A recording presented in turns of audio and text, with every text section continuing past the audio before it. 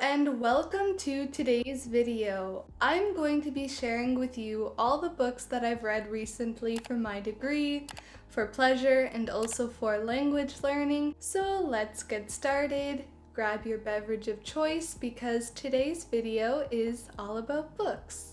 The first book that I have here is A Game of Thrones by George R.R. Martin, and I did need to read this for my literature class. I probably would never have picked this up if it hadn't been for needing to read it in school. Anyway, I have to say that I finished it last night and I still need some time to process what I read because it's a lot to take in. It's violent and there is a lot of violence towards women in particular. However, if you don't mind graphic scenes and you do really like reading about different worlds, then it could be good because it does follow the Stark family and there is Eddard the father, Catelyn the mother, and their children. Mine is Jon, who is only the father's son, not the mother's. Anyway, my favorite characters out of that family happen to be Sansa and Arya, I believe you pronounce her name. Does that happen to anyone else? You read a book, but you never actually say a character's name out loud, so I think it's Arya or Arya. Those girls were my favorite because they were complete opposites. One is a tomboy, one is a girly girl, yet their stories were really interesting for me to read as they started to mature throughout the novel. And I also liked reading about Dany. So at the beginning of the novel, she must marry an older man and she's only around 14 years old, I believe. So while this is a common occurrence throughout this novel, it is a little uncomfortable at times, but I really like her character development because she starts to turn into a more powerful woman. And yeah, it's all about trying to keep power within families, and there is a king and a queen and there are issues with them. So I would recommend A Game of Thrones if that sounds like your genre. The next book that I needed to read for the sci-fi class was The Lathe of Heaven by Ursula K. Le Guin. And this was probably my favorite out of that entire class just because I found a lot of the content to relate to present day, just because our world has faced so many changes recently within the past few years, and this book kind of touches upon those changes. So we have our lead, who is a man named George, and George is different because he has the ability to dream, and these dreams turn things into reality. So they are not just personal situations, they actually affect the entire world. First, they start off small, on a smaller scale anyway, where he accidentally blips one of his family members out of existence, and then throughout the course of the novel, his dreams become more intense and they have very grave consequences. So he is supposed to go to a doctor, and this person is supposed to help him control his dreams so that he doesn't need to use suppressants, illegal ones. Anyway, he does become taken advantage of because this doctor, I believe his name is Herbert, he realizes the power that George has. So he starts to manipulate those dreams to get what he wants, but of course George is kind of uncontrollable because he always dreams the wrong thing and it just causes all sorts of problems. It's also quite short, so you can definitely read it in a weekend if you are interested in getting more books on your TBR. Now we have Dune by Frank Herbert. You've probably heard a lot about Dune recently because of the new movie that was released. And as I mentioned, this is another one from the very same sci-fi class. I haven't seen the movie, but I do want to, and I'm glad that this was on the syllabus because now I can actually read the book first. And this one is even thicker than The Game of Thrones, and it is around 830 pages. So Dune follows Paul, a young 15-year-old boy, I believe he's 15, and he and his family are going to a new planet known as Arrakis or Dune. They're the same place. And this is a very barren planet. It's very dry, like some of the parts in this book.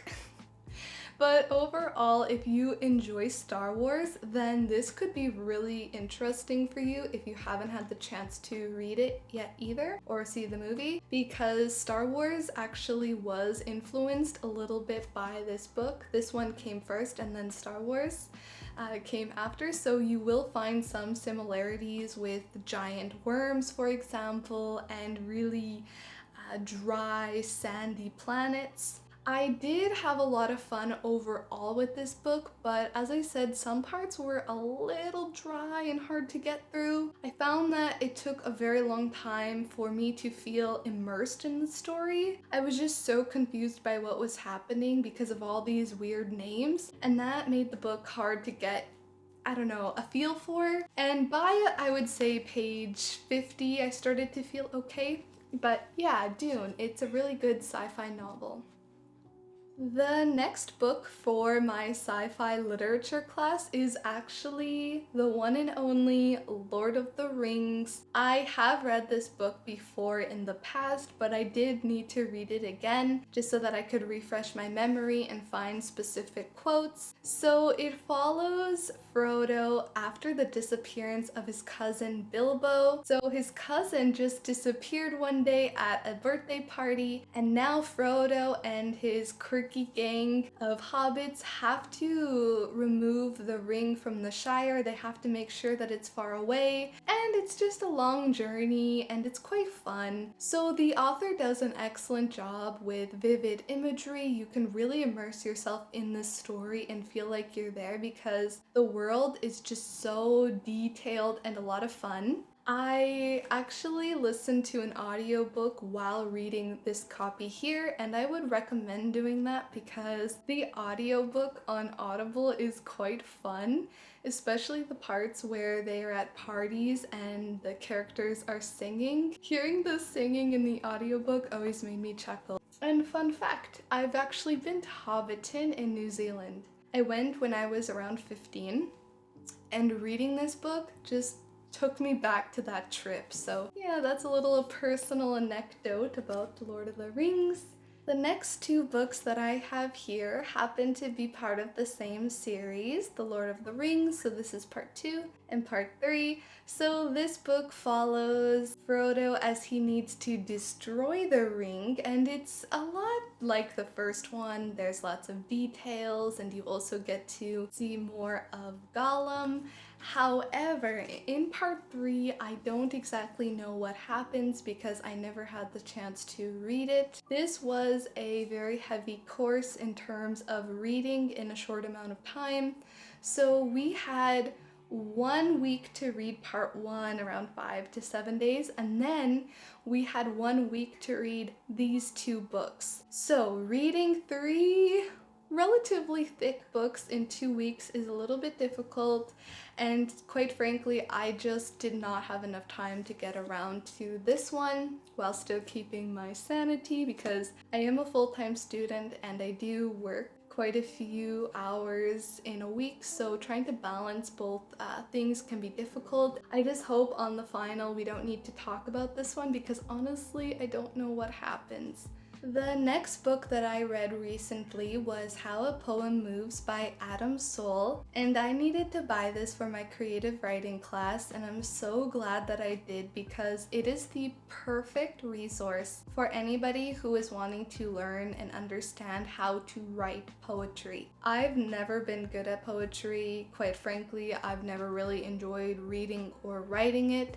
So Soul breaks down so many different poems and it's a lot of fun to read. For example, we needed to read one called Yellow Jackets, and it's about bees that may potentially attack a horse. So it talks about how midnight refers to either the time or the horse's color, and that's a detail that I may not have picked up on if it weren't for Soul. So yeah, this is a great resource for anybody who likes poetry but doesn't know how to write it or vice versa. Anyway, that's this one.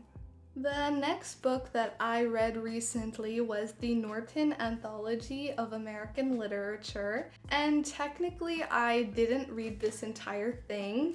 Not because it is a large anthology, but because I ended up dropping my American literature class. I talked to my guidance counselor and she told me that I didn't need it to graduate, so I decided to drop it rather than spending more money. And unfortunately, by that time, I had already purchased all of the textbooks for the course, including this anthology, which was over $65.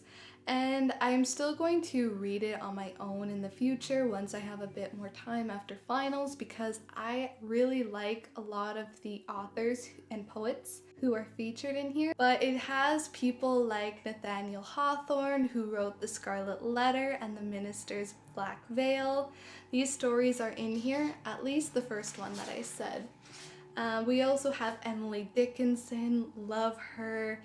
And even though poetry has been difficult, she has always been my favorite poet to study in my English classes. By the way, if you have not had the chance to watch Dickinson on Apple TV, I would highly recommend it. It has my favorite actress, Haley Steinfeld, and she just does such an excellent job at bringing Dickinson to life. So Dickinson is my favorite poet, despite not really being a huge fan of poetry. She is featured in here. We also have Edgar Allan Poe and who else? Washington Irving. I'm not sure who that is, to be honest, but yeah, we have some really iconic authors alongside ones that I'm not too familiar with. In the same American literature class that I never finished, we were supposed to read these two books. So we have The Awakening by Kate Chopin. I really like her work, so I am going to read this one. And I have here Joseph Andrews by Henry Fielding. To be honest, this one looks boring, so I'm kind of happy that I didn't need to read it, but it was too late to return it, so it's going to stay on my bookshelf for now. Maybe one day I'll find the will to read it, but it certainly does not beat The Awakening. This one is far more interesting to me, just because I am familiar with Chopin, but I can't give a fair review on these books because I haven't had the chance to read them. I thought that I would still include them on this list in case you do want to study English, because it may give you an idea of what to expect. I mean, I would have read these books if I hadn't already taken some extra classes during the summer.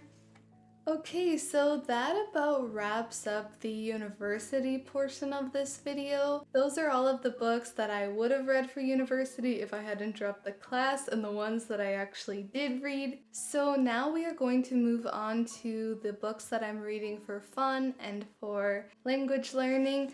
So I have here a little Christmas special.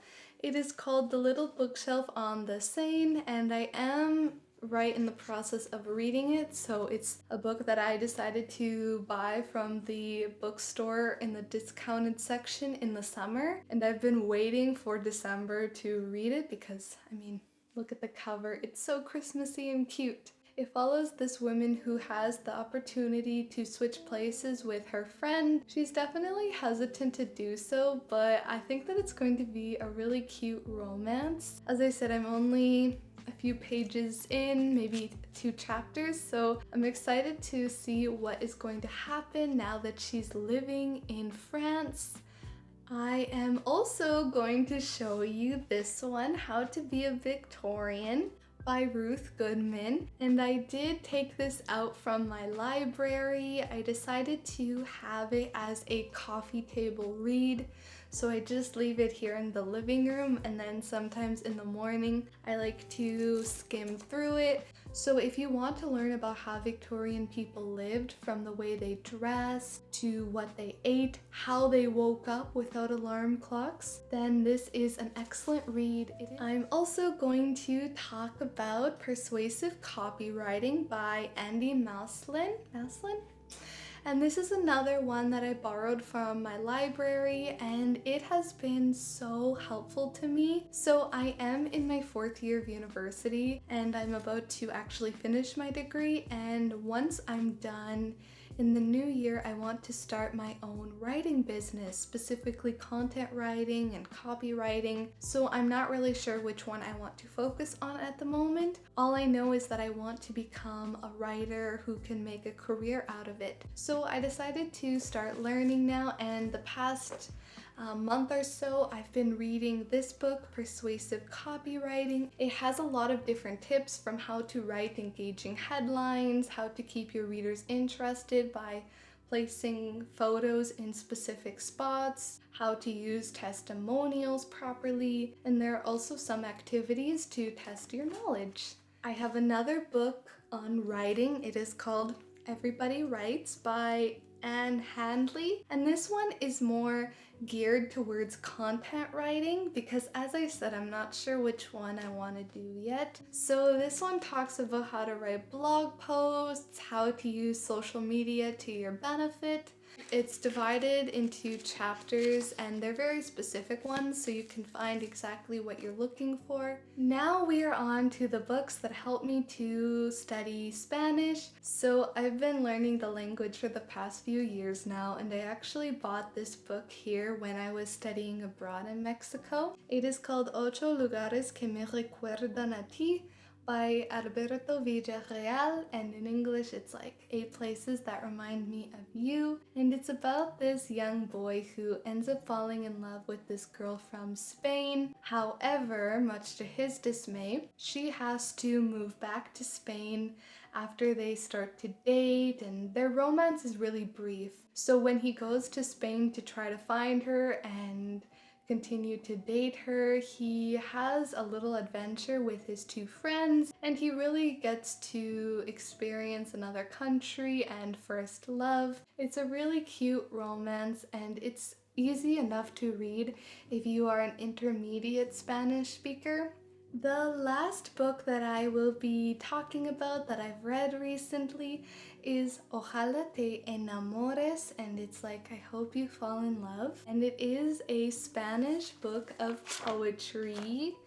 I know, I said earlier that poetry isn't my thing, and I've been raving about Emily Dickinson and this book since then, but I do enjoy poetry when it is something that I can relate to, and this book has so many relatable poems that just make me feel so seen and happy, a little bit sad at times because there are different themes. It's about love, loss, growing up.